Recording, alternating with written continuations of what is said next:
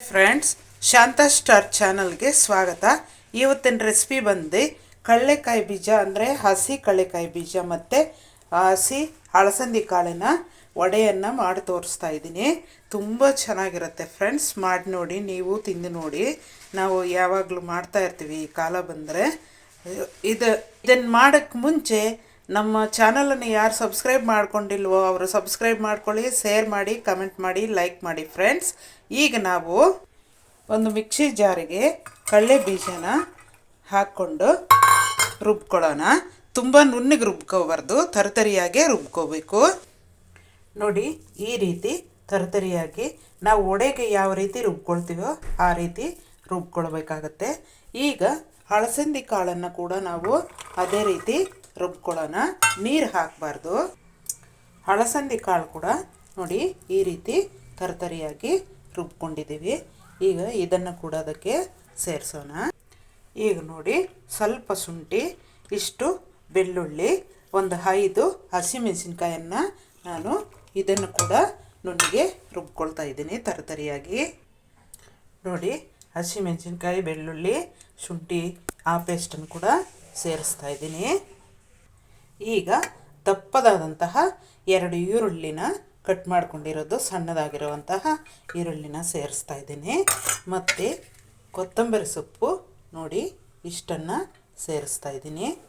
ಪುದೀನ ಸೊಪ್ಪು ಇಷ್ಟನ್ನು ಸೇರಿಸ್ತಾ ಇದ್ದೀನಿ. ಮತ್ತು ಕರಿಬೇವಿನ ಸ್ವಲ್ಪ ಸಣ್ಣದಾಗಿ ಹಚ್ಚಿಟ್ಕೊಂಡಿರೋದು ಕರಿಬೇವಿನ ಸೊಪ್ಪು ಸ್ವಲ್ಪ ಸೇರಿಸ್ತಾ ಇದ್ದೀನಿ. ಈಗ ಈ ಇಂಗ್ರೀಡಿಯೆಂಟ್ಸ್ಗೆ ತಕ್ಕಷ್ಟು ಉಪ್ಪನ್ನು ಸೇರಿಸ್ತಾ ಇದ್ದೀನಿ. ನೀವು ನೋಡಿಕೊಂಡು ಉಪ್ಪಿನ ರುಚಿ ಹಾಕ್ಕೊಳ್ಳಿ. ಈಗ ಇದನ್ನೆಲ್ಲ ಮಿಕ್ಸ್ ಮಾಡೋಣ. ಆಯಿಲ್ ಬಿಸಿಯಾಗಿದೆ.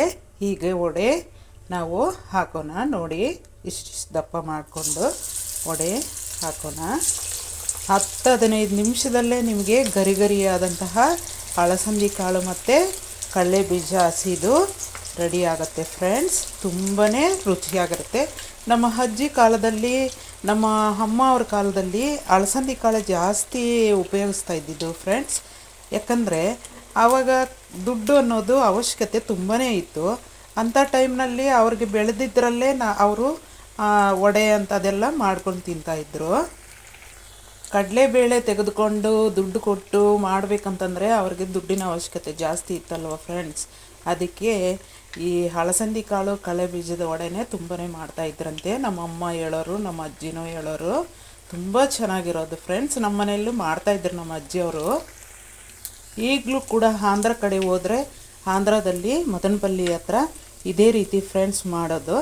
ನಮ್ಮ ಅತ್ತೆಯವ್ರ ಊರಲ್ಲಿ ಇದೇ ರೀತಿಯೇ ವಡೆ ಮಾಡೋದು.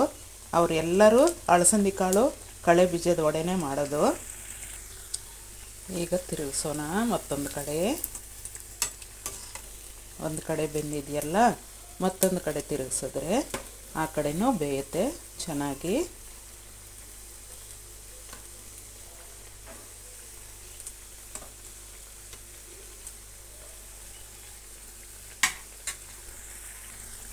ಬೆಂದಾಗಿದೆ, ತೆಗೆದುಬಿಡೋಣ. ಆಫ್ ಸಿಮ್ನಲ್ಲೇ ಫ್ರೈ ಮಾಡಿ ಫ್ರೆಂಡ್ಸ್, ಯಾಕಂದರೆ ತುಂಬಾ ಗರಿ ಗರಿಯಾಗಿ ಬರುತ್ತೆ. ಆಫ್ ಸಿಮ್ಮಲ್ಲಿ ಫ್ರೈ ಮಾಡಿದರೆ ಒಳ್ಳೆ ಟೇಸ್ಟ್ ಬರುತ್ತೆ ಫ್ರೆಂಡ್ಸ್. ತುಂಬಾ ಚೆನ್ನಾಗಿರುತ್ತೆ. ನಾವು ಕಡಲೆ ಬೇಳೆದ ವಡೆಗಿಂತ ತುಂಬಾ ಚೆನ್ನಾಗಿರುತ್ತೆ ಫ್ರೆಂಡ್ಸ್. ಸೂಪರಾಗಿರುತ್ತೆ, ಟೇಸ್ಟ್ ಮಾಡಿ.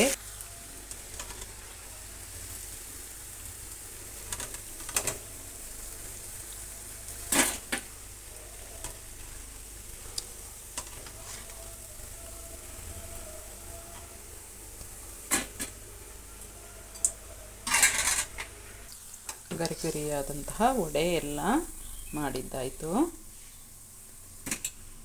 ಈಗ ನಾನು ಸ್ಟವನ್ನು ಆಫ್ ಮಾಡ್ತಾಯಿದ್ದೀನಿ. ವಡೆ ಎಲ್ಲ ನೋಡಿ ಎಷ್ಟು ಚೆನ್ನಾಗಿದೆ. ತುಂಬಾ ಚೆನ್ನಾಗಿದೆ ಫ್ರೆಂಡ್ಸ್ ವಡೆ. ನೀವು ಕೂಡ ಮನೆಯಲ್ಲಿ ಮಾಡಿ ತಿನ್ನಿ.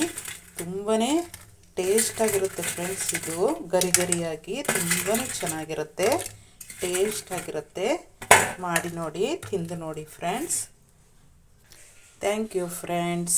ನೋಡಿ, ಈ ರೀತಿ ವಡೆ ನೀವು ಕೂಡ ಮಾಡಿದ್ದೀನಿ ನೋಡಿ, ತಿಂದು ನೋಡಿ. ತುಂಬಾ ಟೇಸ್ಟಾಗಿರುತ್ತೆ. ಅಜ್ಜಿ ಕಾಳದ vada super tasty tasty. Thank you.